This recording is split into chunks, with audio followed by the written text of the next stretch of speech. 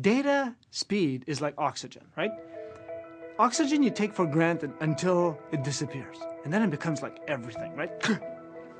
Data is the same thing, right? Everything running fine is fine. And then when you don't have data, when you buffer, you go, what? Sucky.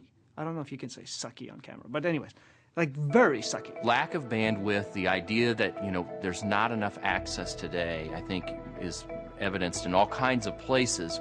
I have all kinds of personal experiences where the internet and the speed of the internet's been incredibly frustrating. The average high schooler has text 1,200 times from the time they get out of bed to when they hit school at 7:30 in the morning.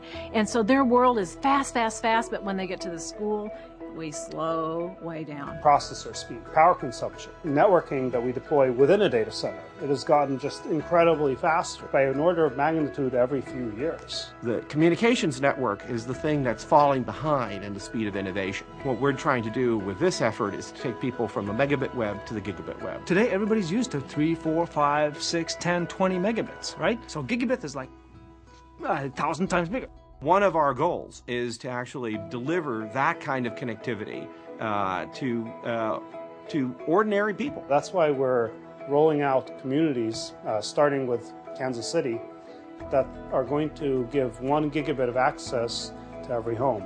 It is going to probably be the most buzzed event in the history of Kansas City on the day it is announced, and that is pretty awesome. Like, that's pretty amazing. In Kansas City, Kansas, we were absolutely blown away by the leadership, the mayor, the city staff, the utility as well. Next step infrastructure. Nerd out the stadium. Immediacy, and you weren't constantly reminded, that your physician really is, hundreds of miles away.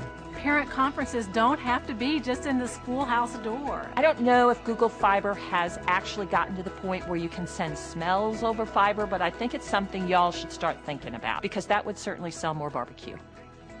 When we make a commitment to that new idea or initiative, we don't know where it may lead, but we know potential's there for it to go to great places. I think what it is like a huge bet on human creativity. You just know something special is going to come out of it. Think of education, think of entertainment, think of e-commerce, think of attracting developers, and not only that, but it just drives the economy around you. So for Kansas City, it's fantastic. It is a privilege for us to deploy this high-speed network together with the hardworking people of Kansas City.